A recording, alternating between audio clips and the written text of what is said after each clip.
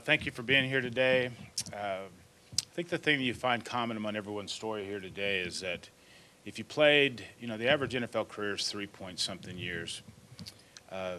Majority of these people here today played multiple years. I played 12 years, and like Joe DeLamielleure, I missed 2 games in 12 years and 4 years of Division I football. So in 16 years, I missed 2 games. Now, I had 16 football-related surgeries. And the problem is when we played, you were brought up with a warrior-type mentality. Because if you didn't play when you were hurt, you were considered to be less of a man. You considered yourself to be less of a man. And if you didn't do that, they would find somebody who would play when they were hurt. So it was a different time period from some of the younger guys who are here today. And let me take this time to commend those young guys who came in here to have the foresight and the smarts to see that they will be. There's 3 guarantees in life: death and taxes, and you will be an ex-athlete. I don't care if you're Michael Jordan. I don't care if you're Wilt Chamberlain. I don't care. You name the guy, you will be an ex-athlete. And whatever you think you're making in those years, and you retire at 31 or 32 if you have a long career, and you have 40 to 50 years left to live your life, and that's when your body starts breaking down because of the sport you played. That's the problem. And the thing that I want you to, I had a reporter in Green Bay. When I was playing ball, I knew that I would be an ex-athlete. So I went to law school. I don't know whether that's from repetitive head injury or because, I don't know why that is, but in Green Bay, I had a reporter call me the Texan because I live in Houston where Elvin Bethea lives. He called me the Texan with the 10-gallon mouth. Well, the only reason he called me that is because I say what I think. And what I want you guys to know and what I want the NFL to know is that we have never had a voice as a group of retirement players. The current union would look after us. And as Conrad Dobler said, there's a huge conflict of interest there.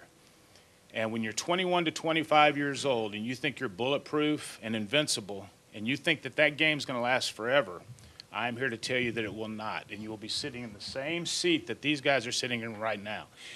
And I will again repeat to you that you need to understand that not one of these people up here is asking for any kind of sympathy, not asking for any kind of pity.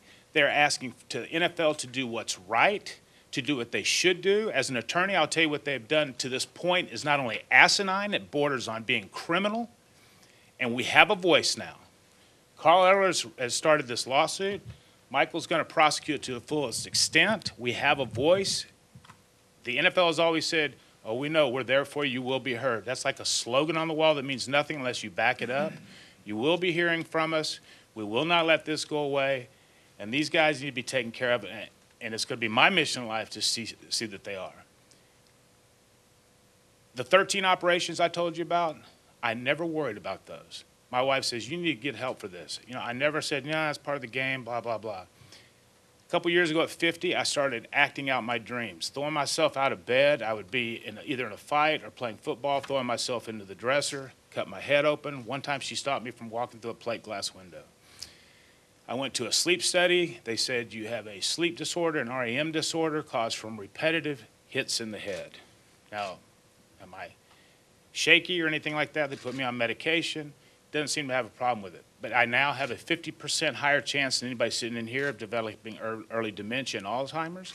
I have a 50% chance of developing early Parkinson's. And you know what? Broken bones and tearing my knee ligaments, I signed up for that. And if that's what you want to say I signed up for, I did.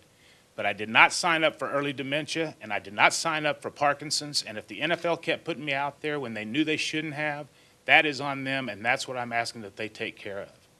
I liken the guys up here to, my grandfather was a coal miner in Virginia. All right, now he knew the dangers of going down in a mine and mining for coal. He died fighting the federal government trying to get disability for black lung disease. His first check came in the day after he died. I don't want that to happen to anybody up here. And like they said before, I'm going to say it again. All we're asking is that you do what's right. The average team in 1995 in the NFL cost $175 million. 15 years later, the average team costs $1.02 billion in 15 years' time. That's how the NFL has grown exponentially. Don't tell me there's not a piece of that pie for the retirees. That's all I got. Thanks.